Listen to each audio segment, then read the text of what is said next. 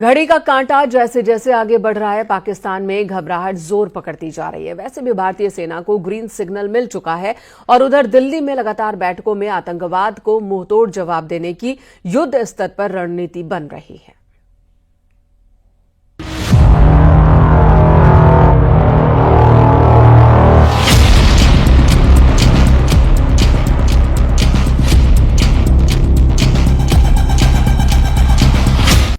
पहलगाम हमले के बाद भारत आतंक के खिलाफ निर्णायक कार्रवाई की तैयारी में जुट गया है। दिल्ली में बैठकों का जो सिलसिला है उसने साफ कर दिया है कि अब भारत रुकने वाला नहीं है। ये सिर्फ कागजों पर रणनीति बनाने की कवायद नहीं, बल्कि एक्शन मोड में आई सरकार और सेना की तैयारी का साफ संकेत है।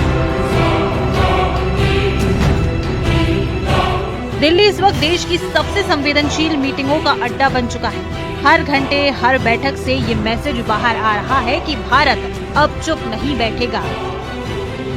दिल्ली में एक्शन प्लान वाली बैठक, सबसे पहले सीसीएस की बैठक, दूसरी सीसीईए यानी आर्थिक मामलों की समिति की बैठक हुई, तीसरी सीसीपीए यानी cabinet committee on political affairs की बैठक हुई। इतना ही नहीं, बीते हर घंटे की हलचल बहुत कुछ संकेत दे रही है। इसे ऐसे ही समझा जा सकता है कि बीते मंगलवार से एक के बाद एक कई बैठकें हुई। पहली बैठक गृह मंत्रालय में देश के पैरा मिलिट्री चीफ की थी। दूसरी बैठक प्रधानमंत्री आवास पर हुई, जहां पीएम मोदी की अध्यक्षता में तीनों सेना प्रमुख और रक्षा मंत्री शामिल हुए। इसी बैठक में सेना को किसी भी कार्रवाई के लिए खुली छूट का ग्रीन सिग्नल दिया गया। इसी बैठक में ये कहा गया कि सेना को कब, कहां और कैसे एक्शन लेना है, ये सेना को ही तय करना है। इसके बाद पीएम मोदी और संघ प्रमुख मोहन भागवत की बैठक हुई। यानी दिल्ली की सड़कों पर शांति है, लेकिन मीटिंग रूम के अंदर युद्ध स्तर पर रणनीति बन रही है। पाकिस्तान को इस शांति में आने वाली आंधी की भनक लग चुकी है और यही वजह है कि इस्लामाबाद में घबराहट साफ नजर आ रही है। Bureau report, news 18।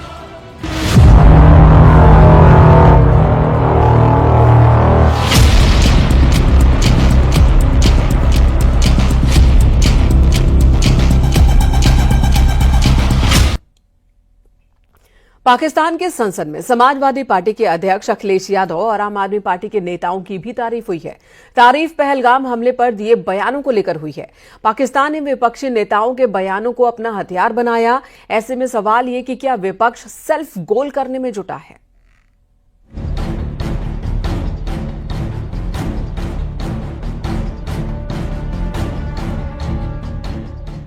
Jammu Kashmir के पहलगाम में हुए आतंकी हमले ने पूरे देश को हिलाकर रख दिया है, लेकिन विपक्ष के नेताओं के बयान का इस्तेमाल पाकिस्तान अपनी आतंकी साजिश को छिपाने में इस्तेमाल कर रहा है। पहले बयान सुनिए। ऐसे भड़के माता है, यकीन करें कि उसकी पूरी इंडिया की जो अपोजिशन है वो भी उसकी मजम्मत कर रही है। अभी आप जाएं, जो जैसे दिल्ली के सीएम ने उसकी मजम्मत की है, दिल्ली में आम आदमी पार्टी के जो लोग हैं उन्होंने उसकी मजम्मत की है, उत्तर प्रदेश में आप जाएं समाजवादी पार्टी ने उसकी मजम्मत की है। किसी ने भी मोदी को इतनी सपोर्ट नहीं दी। उसको कहा है कि ये तुम्हारा वाकया है, तुम पहले ही मुसलमानों के खिलाफ हो, अभी तुम्हें जो है अपने के लिए कोई ना कोई कवर चाहिए। तो हमें इस चीज को उसी तनाजुर में लेना चाहिए। सुना आपने कैसे पाकिस्तानी सांसद समाजवादी पार्टी के अध्यक्ष अखिलेश यादव और आम आदमी पार्टी के अरविंद केजरीवाल की तारीफ कर रहा है और विपक्ष के नेताओं के बयान को भारत विरोधी हथियार के तौर पर इस्तेमाल कर रहा है।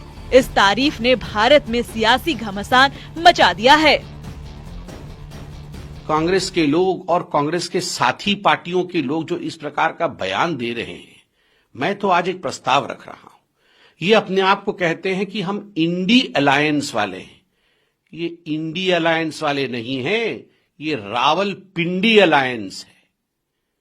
This is not INDI alliance, this is Rawalpindi alliance. और आज से हम भारतवर्ष में, आज से हम भारत में इन कांग्रेस को और कांग्रेस के घटक दलों के नेताओं को एक बात स्पष्ट कर दे कि आपको आज से हम इंडी अलायंस नहीं बुलाएंगे।